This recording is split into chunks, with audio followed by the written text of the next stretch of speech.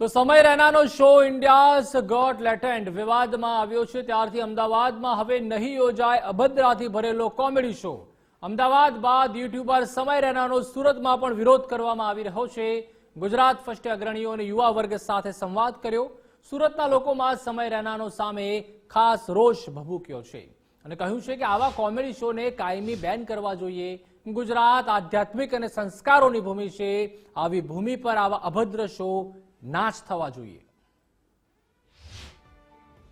સમય રૈનાનો અભદ્ર કોમેડી કાર્યક્રમ અમદાવાદનો રદ કરવામાં આવ્યો છે, ત્યારે સુરતના લોકોનું આ અંગે શું કહેવું છે આપણે જાણવાનો પ્રયત્ન કરીશું। અહીં તમામ જે સુરતના અગ્રણીઓ અને યુવા વર્ગ પણ આપણી જોડે જોડાયા છે। આપનું નામ?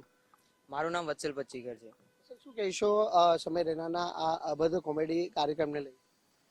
જે પ્રમાણે આખી અત્યારની હાલની જે જનરેશન છે, ઝેનઝી જનરેશન, તે સમય રૈનાના શો વિશે જાણતી જ હશે કે સમય રૈનાનો શો જે છે એ તેનો શો પૂરેપૂરો જે અભદ્ર ભાષા ઉપર હોય છે કે જે હાલ પોતાના માતા પિતા વિશે જે કોઈ પણ શોમાં જાય છે પોતાના માતા પિતા વિશે જે ગાળો આપે છે, એના ઉપર અભદ્ર ભાષાનો પ્રહાર કરે છે, પરંતુ તે લોકો સહન કરી જાય છે।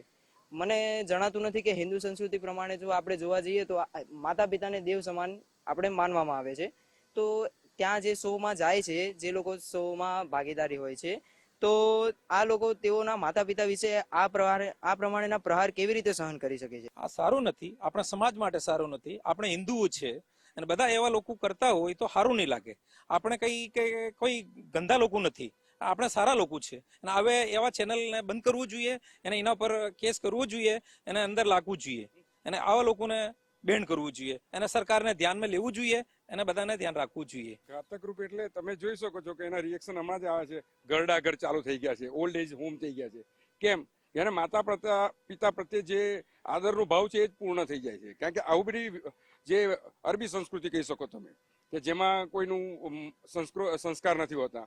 ભારતીય જીવન મૂલ્યો અને ભારતીય દર્શન પ્રમાણે આ બિલકુલ સાંકી લેવાય એવું છે નહીં। અત્યારે જો નહીં આપણે સશક્તિકરણ નહીં કરીએ આ વિષય પર તો ભવિષ્યની પેઢી એકદમ જે આપણે ફ્રાન્સમાં જોઈ શકીએ છીએ, જે યુરોપમાં જોઈ શકીએ છીએ, એ વ્યભિચારીવાળી સંસ્કૃતિ ઊભી થશે, જે આધ્યાત્મથી દૂર થતા જશે, મા બાપનું વડીલોનું માન સન્માન જતું રહેશે અને જો આ સંસ્કારો નહીં રહે ને તો સમાજની વ્યવસ્થા તૂટી જશે। આપણા ગુજરાતમાં તો એવું છે કે કોઈ બાજુવાળા ઝઘડા કરતા હોય ને એ જો અભદ્ર વર્તન કરે તો આપણા રૂવાડા ખડા થઈ જાય છે। તો આ સાલા આપણા દેશના માણસો મૂર્ખા છે કે આવાને કેમ તમે પ્રોત્સાહિત કરો છો? આવા અંદર એન્ટ્રી કેમ કરો છો? તમે એની ટિકિટ શા મળે લો? ટિકિટ જ ન લેવી જોઈએ। આ શો ક્યારે યોજાશે? જ્યારે આપણે મૂર્ખા છે ત્યારે એને આવકારીએ છીએ, એને આમંત્રણ આપીએ છીએ। જો એની આવક જ નહીં, આના માટે પૈસા કમાય છે આપણા અને આપણી સંસ્કૃતિનો એકદમ કતલેઆમ કરે છે, તો આ કતલેઆમ ખરેખર બંધ થવી જોઈએ। આવા અભદ્ર ટિપ્પણી કરનારાને ખરેખર જેલમાં ભરવા જોઈએ। આવા પ્લેટફોર્મ ઉપર જે લોકો આવીને આવી અભદ્ર વાતો કરે છે, એમાં એક દીકરી પણ એમાં સાથે બેસીને હસે છે। નિર્લજ્જતાની હદ પાર થઈ ગઈ છે। આ દેશ ગંગા સરસ્વતી લક્ષ્મીનો દેશ છે। આ દેશ બ્રહ્મા વિષ્ણુ મહેશનો દેશ છે। આ દેશ સ્વામી વિવેકાનંદ, રામ અને કૃષ્ણનો દેશ છે। અહીંયા આવી વાત ના થાય। એક સંન્યાસી ખાલી બે કપડામાં ઉભો હોય ને તો શિકાગોની સભામાં બધા ઉભા થઈને તાળીઓ પાડે છે। માય બ્રધર્સ એન્ડ સિસ્ટર્સ, આ દેશ એ સંદેશો આપનારો વસુધૈવ કુટુંબકમની ભાવનાનો દેશ છે।